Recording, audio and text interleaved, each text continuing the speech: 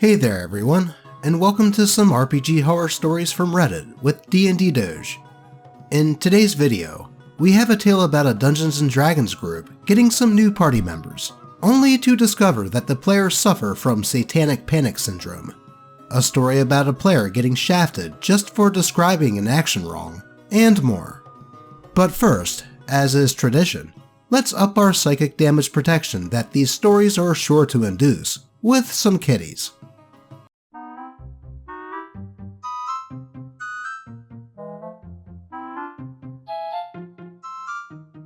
There we go. Now I think that we are ready to dive right into these stories.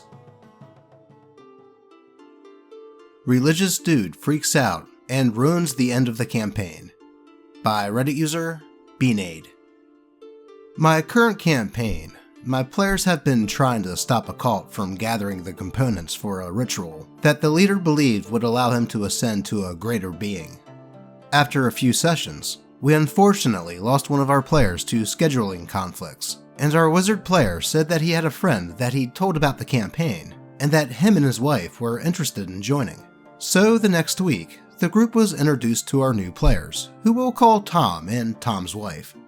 They both seemed friendly, and had come prepared, with Tom bringing a paladin, and his wife bringing a cleric. First session goes well, as the party attempts and fails to stop the cult from obtaining the heart of a unicorn.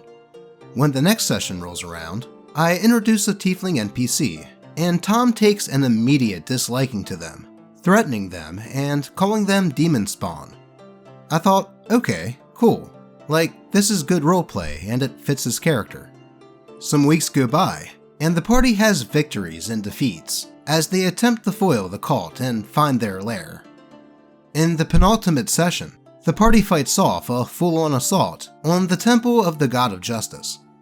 The player that had to drop out managed to make a guest appearance, and gave his character's life fighting the cult leader and trying to protect the sacred chalice. At the end of the session, Tom came to me to ask if we could maybe play the following session at his house, and I didn't see why not. The next week arrives, and we pull up to Tom's house. And the first thing that stands out to me is a rather large cross hanging from his door. I was raised Catholic, and have no reason to have any issue with religious people whatsoever. But I'm not sure what the normal number of pictures of Jesus is to have in your home. But these guys had way more. Anyway, the session starts as they fight through the headquarters to find the ritual underway. The players fight off cultists, as the leader continues to mix profane ingredients into the chalice for a few rounds, and a thick acrid smoke begins to boil out, obscuring the area. Our ranger decides to try and snipe him, and lands 2 shots, with one being a crit, and the second dealing max damage. The leader, who is next in initiative, chugs the contents of the chalice. I then describe that the arrows puncturing his flesh are pushed out, and what appeared to be spines sprouted from his chest. There's a sickening crack as his ribs break, and his chest bulges as the leader vomits black bile before his upper body is torn in half, as a demon rips its way into reality. So far, we've been playing with monster tokens from my 4th edition Monster Vault. So, I remove the token representing the cult leader and replace it with my brand new hand-painted 40k Demon Prince miniature. The party is silent for a second before Tom stands up and slams his hands on the table as his wife starts crying, and he screams at me to get out. I was confused and kinda chuckled nervously and asked, "What do you mean?" He then swept his arm across the table, knocking everything to the ground, and screamed that he would not have satanic rituals in his house. So I gathered my stuff, including my broken model, and left. This just happened yesterday, and I'm honestly not sure what to do. Well, at that point, you could try to talk to Tom and his wife, but honestly, I don't think that will change anything, especially after that outburst and the destruction of your property. I just wouldn't invite them to any more games. I can understand being religious, but it seems like those two were stuck in the 80s during the satanic panic surrounding Dungeons & Dragons, And what did they think they were doing during those sessions? It was obvious that the party was fighting the cult and trying to prevent the ritual. You would think that they would love the chance to destroy a demon. I mean, it's not like the players were really summoning a demon or anything. I just don't get some people. Let's move on. You narrated it wrong. Reroll that nat 20. By Reddit user, Kachar. The game is Pathfinder 2nd Edition, a pickup one-shot found through a largest Discord server, so I'm playing with strangers.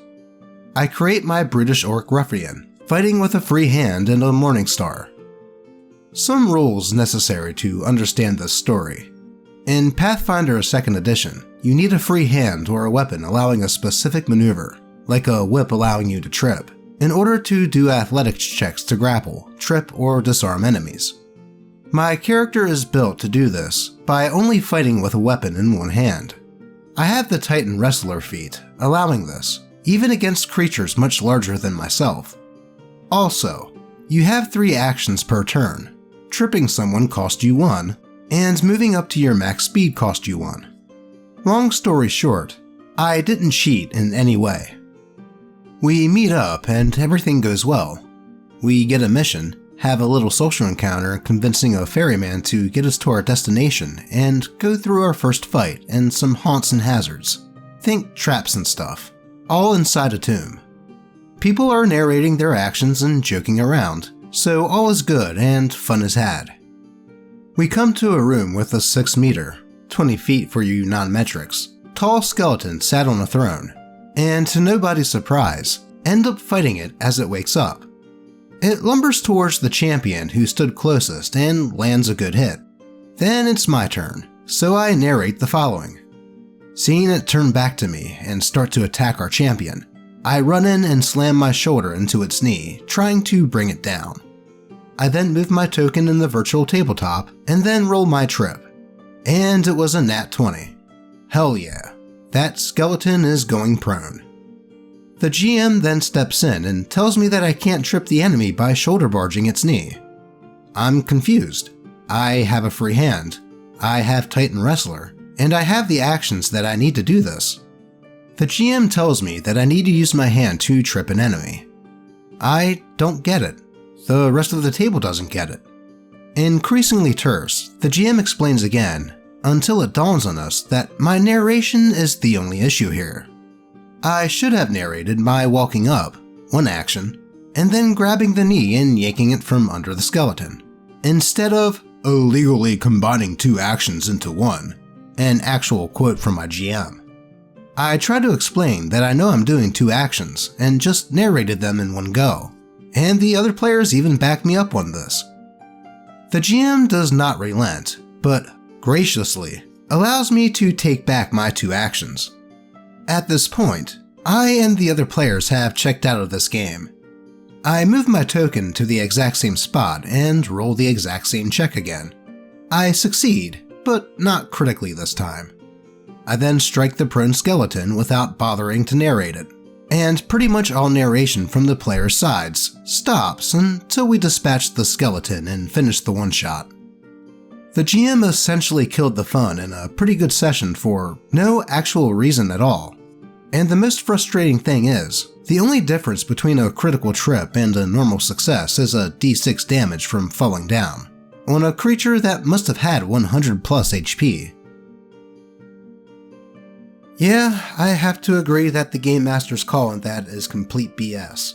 To have OP go back and essentially do the same thing again just because he probably narrated his actions in not quite the proper terms is really strict and a bit stupid.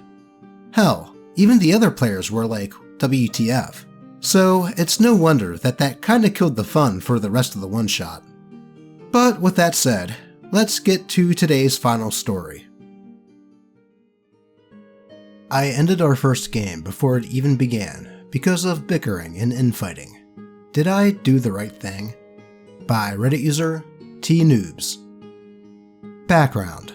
I finally started a campaign for my friends who have been asking me for years to start a backup. I started playing D&D back in college with my high school buddies, but we all moved to different states. But at the start of COVID, I had extra time, so I created a fun little campaign for us, but hadn't played since then. Playing online is a lot more work than playing in person, and I'm just okay with computers. In the meantime, I started my career, got a master's degree, and had a kid, so I've been pretty busy.